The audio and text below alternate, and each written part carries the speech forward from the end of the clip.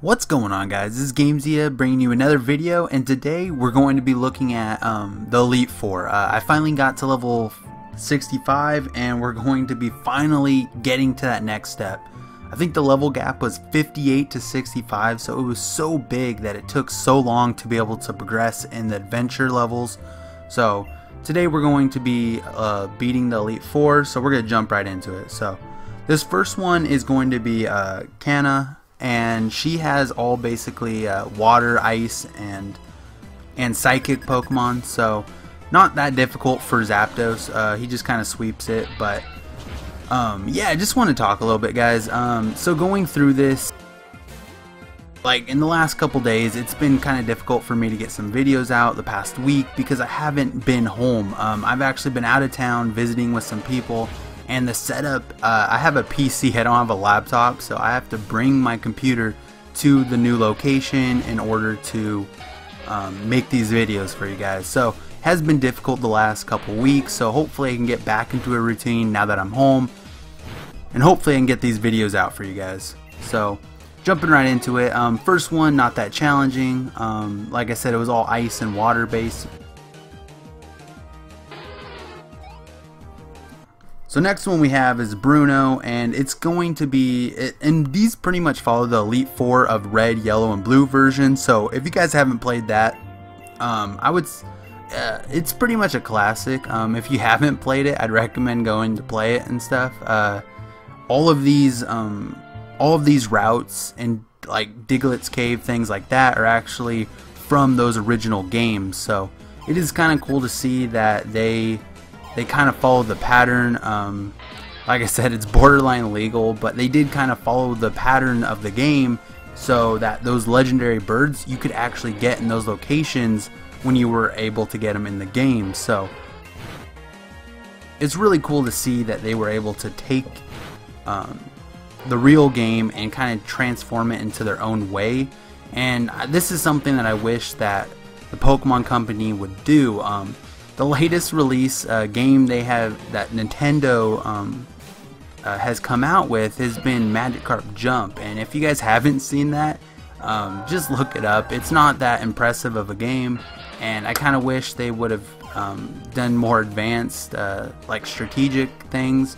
So I played it for a little bit, and I'm not going to be bringing that sort of content unless it's highly demanded, just because it didn't satisfy my need for just combat, things like that. So this battle right here wasn't that difficult. Also, a lot of fighting, rock type, so just going on through, and Melodic pretty much took care of that one, and then Zapdos also. So next one we're going to be jumping into is Agatha, which was the ghost Pokemon trainer in the game. Just going through it, there wasn't a ton, there was nothing that was very difficult. As you guys see right here, Destiny Bond, if you guys don't know what Destiny Bond does, if you kill it, you die. So if you kill it and he's got Destiny Bond on, you die with it. So it takes it with you, just in case you guys didn't know. But yeah, going through this, it wasn't that difficult, even though they're like 10, 12 levels higher than me. So it is kind of cool to keep going in the story. One of the big things that I like to do is go through the storyline, go through the RPG, and kind of go with it. PvP is really cool, but once you hit a certain point, everyone has the same exact Pokemon except for the Ubers and legendary stuff like that. So it is kind of, I'm hoping I can get to the next areas and that they'll come up with different types of Pokemon. So hopefully we can get some diversity in our teams, things like that.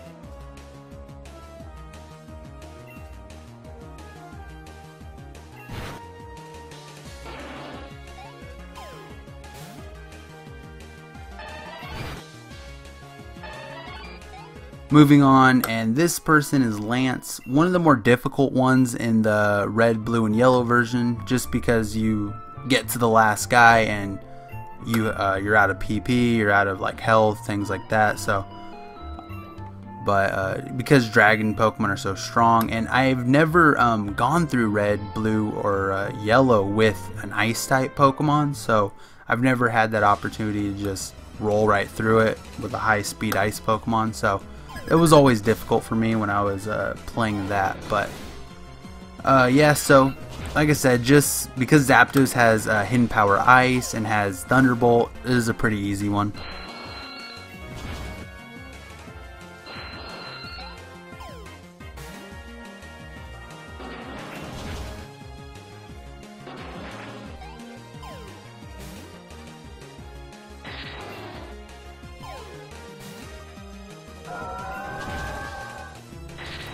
Alright, so that was Lance right there, and nothing too crazy, but then they also throw another one for the last one, which is actually Gary Oak, which is kind of cool. And as if you guys didn't see, but right there, as I'm clicking on him, you saw that a TM can drop, and this is something very exciting. I didn't think about this, but you can actually, in the Elite Four, I'll show you guys later, but for the normal, you can actually get a TM for Gary's fight, and then for the elite ones, for the Elite Four, you can actually get other TMs.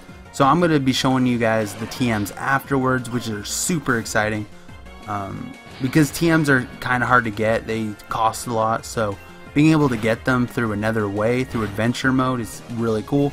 I'm not sure of the drop rate, so you guys are going to have to kind of figure that out and stuff, but hopefully it's not too bad.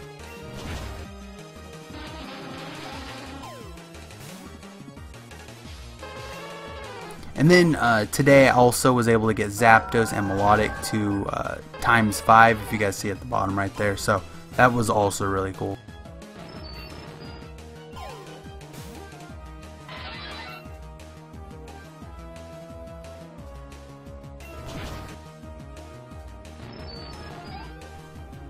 But yeah, so after that Gary Oak fight, you'll notice that you get to go to the next area, which is really cool. And then we are going to be looking at the achievements, and we're going to be looking at the TMs. So the TMs right here, if you notice in the elite ones, you're going to be getting Psy-Wave right there.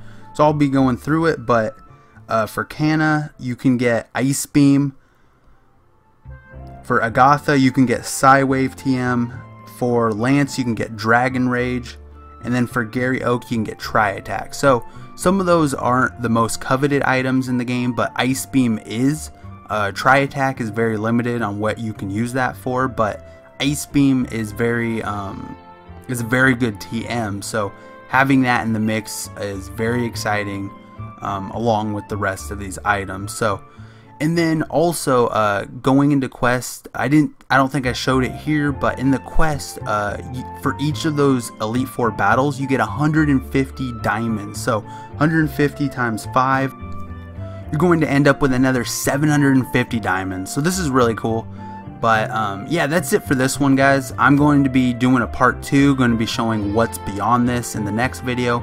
But I also do have some other videos planned with diamonds, monthly, things like that. So hopefully I can get back in the routine and you guys will stick with it and stick with me, and we'll grow from here and keep going. So, but yeah, otherwise that's it for this video, guys. If you guys want to see more content like this, please subscribe, and if you guys like to see these adventure played out, things like that, please like.